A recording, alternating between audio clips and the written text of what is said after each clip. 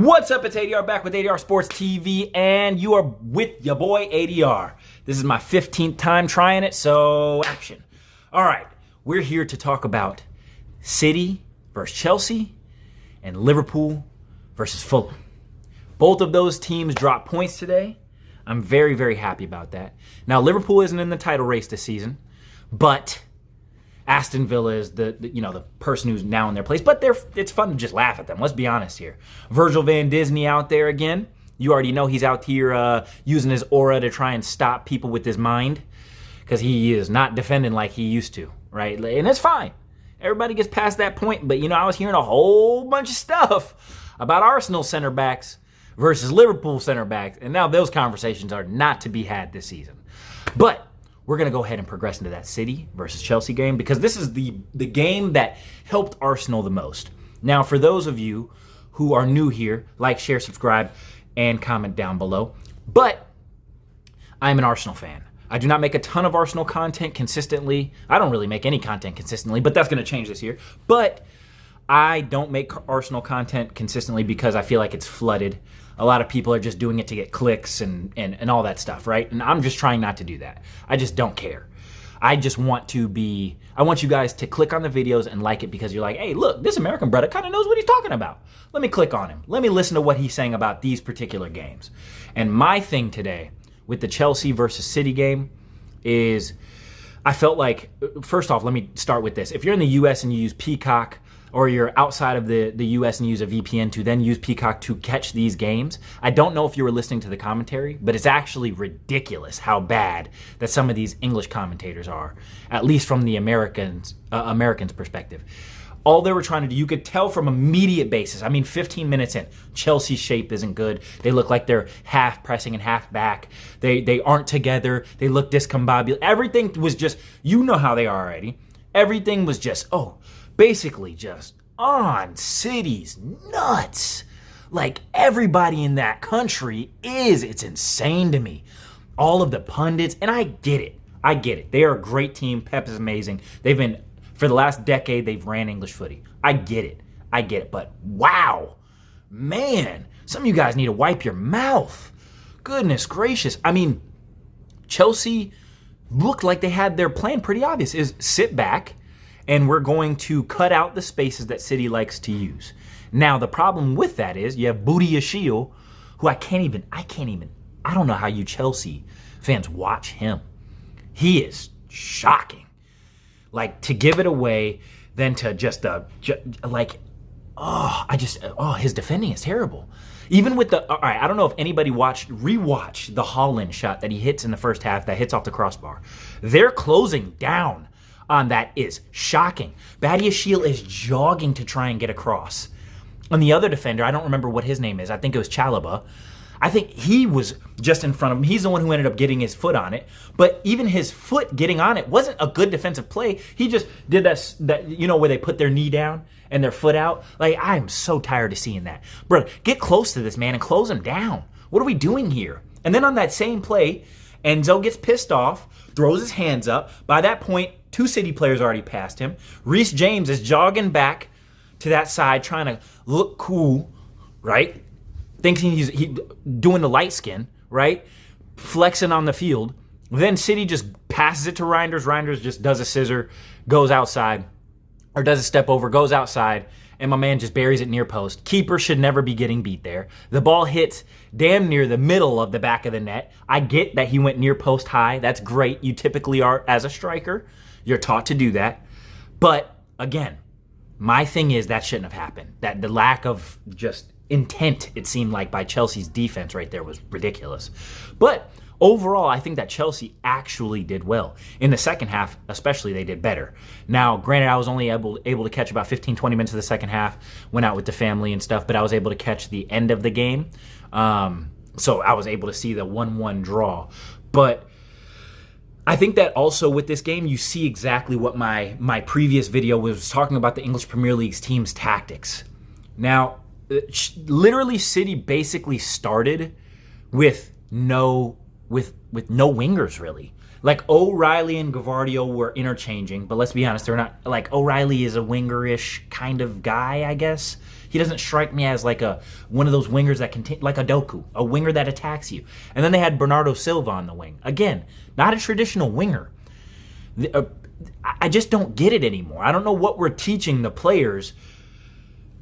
These positions used to be the players that had the flair and the magic to be able to do something in the game. And granted, Bernardo Silva does. But I've always thought that he's better on the right side of a triangle. You know what I mean? But anyway, to each his own. That's kind of back to that video. If you have any questions or curiosity about the tactics that I was talking about between the games and what I think a lot of the Premier League teams are doing, go ahead and watch that video from earlier today. But I will say that Pedro Neto had a howler too. Oh, that dude. Every single time he's slowing down their attacks, it's like, bro, you're the fastest dude on the pitch. And he didn't even get taken off. I don't think he got taken off. And it's kind of ridiculous. But, you know, interim manager, it's okay. Can't really fault him, right? But I just felt like that game, going into it, I had a feeling Chelsea could do something, but everybody's narrative towards it was just so okay, this is about to be a blowout. 3-1, 2-1, we're at the Etihad, easy, 2-0, 3-0, whatever it was, right? Crazy scoreline predictions. I saw some of these people. Like Chelsea were just going to get battered, like they don't have a decent team, right? But overall, I think the biggest thing is Chelsea's ability to stay in that game showed also their fight, and if they were to keep Maresca, what they could possibly do in some of these tournaments. But not only that, is the lack of City. I was tuning into some of these fan watch channels during the halftime, and I mean, the way that, and it wasn't the people, I would say, that are doing the fan channels, but it's like the chats and the Twitters and all of these people, they just lose their mind for City. And it's just like, oh, they're about to, it's 2-0, or I mean, 2 more goals in the second half, this game's going to be over. It's like, I don't know what they're watching. The patterns of play that City were doing, Ryan Cherokee looked completely out of it. He looked a step behind. I think it's, you know, he's young, but I also think it's the Premier League, him playing multiple games and it's like consistently back to back. He's trying to, you know, spark the crowd up while listening to Pep. So you could see, I mean, even you could see in plenty of times this game where he's jogging back and he's looking at the sideline and he's looking at Pep like, damn, he's kind of still yelling at me. You know what I mean? Like, you can see he's doing that, but he's also such a good player where you could see it doesn't bother him. But he did not play well today. Haaland, of course, has his chances, as Haaland always does, hits the crossbar, as we mentioned earlier. I thought he was going to bury that. Thank God he didn't, because that game, I think if they score there, I think that I think if Haaland scores, it's a little bit different than Reinders scoring, because if Haaland scores, then Man City start feeding him more. They know that builds his confidence, and he's just going and going and going. And I think that game can turn ugly there. But Chelsea's resilience, I must say, from the players' side, I don't know what they did in the locker room. I don't know if that was a players' talk or the manager's talk. Regardless of who it was that led that halftime talk, I felt like Chelsea came out a lot more assertive. And I think that, honestly, Pep made his changes a little bit too late. But the biggest part about all of this is Arsenal goes 6 points clear. 6 points clear at the top of the table. Now, I think it's been a bit carried away with some of the Arsenal fans. I think it's been a bit difficult with the Arsenal fans this season because we want to be happy, but also a lot of people are so negative because they have PTSD. I get that. And I'll create a separate video about how I feel currently this season about Arsenal. Right now, at this very moment, I am so happy, I can't even express it to you guys. So, thank you, Chelsea, for taking the points away from City, and thank you, City, for just dropping off a little bit. Now, let's jump into the Liverpool game very briefly. I did not watch this game. I will be completely honest with you. I did watch the extended highlights. Your boy can't be out here all day just watching footy on the weekend. I got family. So, I do watch a lot of the games now over the last couple of weeks, catching back up. But don't expect me to just be out here every single day like Saeed TV, shout out to him, doing watch-alongs for every single game. I ain't got the time, brother. I ain't got the time. But I will be doing a lot more content on a lot more games, and I'm sorry for being crap for the people who actually care about my content. But Liverpool versus Fulham, thank you, Fulham. Not for the fact that they're in the title race. We're playing them here soon. So it's just nice to have that little bit of mental edge over them. Just a little bit. Like, you tied with Fulham. We've been battering teams. Come on, Arsenal. But we know how this is going to be. And we'll talk about that on the preview. Liverpool will get up for that game. They'll be ready for that game. They'll be ready for Arsenal. But this was amazing. That strike to tie the game was, it was disgusting by Reed. That was so top bins, dog. Like, that was crazy. Like, genuinely, I had to rewatch that like 10 to 15 times. What a goal. I love goals like that. And that just made me so happy. Because the biggest part about all of these games and the beginning of the season and these predictions and the way that the Premier League is working this season is it really, anybody can beat anybody. And it is so nice. Because I feel like last year the newly promoted sides just weren't giving us anything. The mid-table teams just seemed like they were a little bit behind the 8 ball, trying to take points off the best teams. And it didn't make for good TV, in my opinion. I felt like it was just less competitive. This season is competitive. If you're not playing well, you're getting beat.